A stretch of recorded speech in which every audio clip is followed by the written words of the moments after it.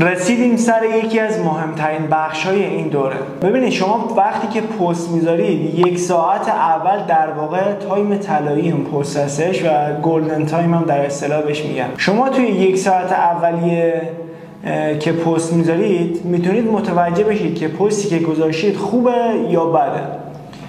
این اینستاگرام برای اینکه تشخیص بده یک پست خوب هستش یا خوب نیستش اومده این الگوریتما رو ایجاد کرده. الگوریتم که برای زیبایی که نیست، الگوریتم یه استفاده‌ای داره برای اینکه بفهمه یک پست کیفیت کافی رو برای اکسل رفتن داره یا نداره.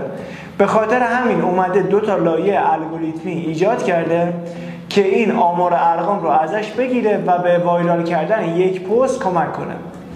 لایه اولی که برای الگوریتم وجود داره شامل 4 تا چیزه: واچ تایم، اکانت ریچ، پروفایل اکتیویتی و اکانت اینگیج. حالا من دارم جزوه نگاه میکنم، شما حواستون پرت نشه چون مجبوره، میخورده تعدادشون بیشتره برای اینکه یادم نره دارم نگاه میکنم. خب توی لایه اول گفتم که واچ تایم، اکانت ریچ، اکانت اینگیج و پروفایل اکتیویتی وجود دارن.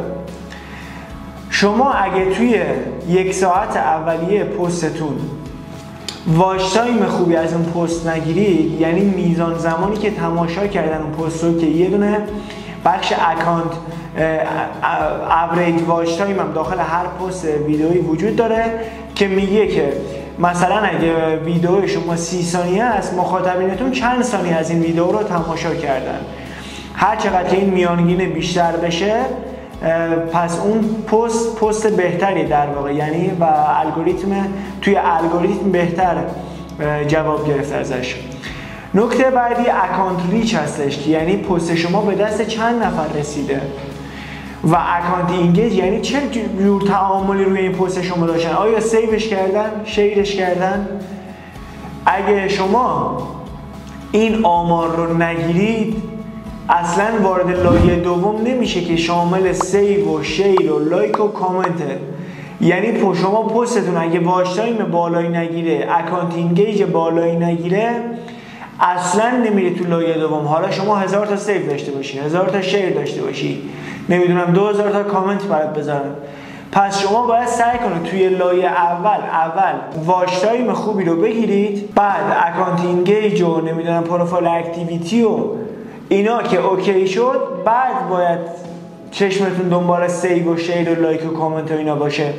پس نیاید الکی برای خودتون 100 تا کامنت بذارید، نمیدونم لایکش کنید، ارسالش کنید برای دیگران الکی.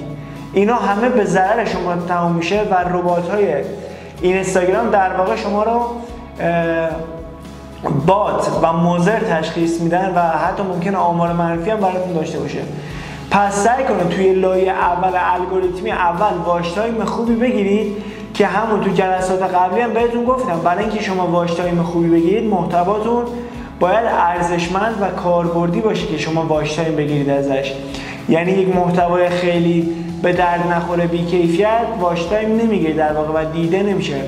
پس اول بیاید روی محتواتون کار کنید و برای اینکه بفهمید اوضاع پستتون چجوریه و یک آنالیز دقیقی ازش داشته باشید، بیاید اول لایه اول الگوریتمی رو بررسی کنید که همه آمارها زیر پستتون هستش. توی جلسه قبلی هم بهتون گفتم که چجوری آماراتون رو آنالیز کنید در واقع. بعد اون وقت برید سراغ سیو و شیر و لایک و کامنت و این چیزا. شما اگه سیو و شیر بالایی هم داشته باشید ولی واچ تایمتون پایین باشه در واقع نمیتونید محتوای خوبی داشته باشید و وارد اکسپلور بشه. پس حتما به این نکاتی که گفتم برای آنالیز کردن پستتون توجه داشته باشید که بتونید یک پست قوی رو داشته باشید. نکاتی که توی این ویدیو گفتم بهتون واقعا مهمه، پس سعی کنید حتما بهش توجه کنید و اجراشون کنید.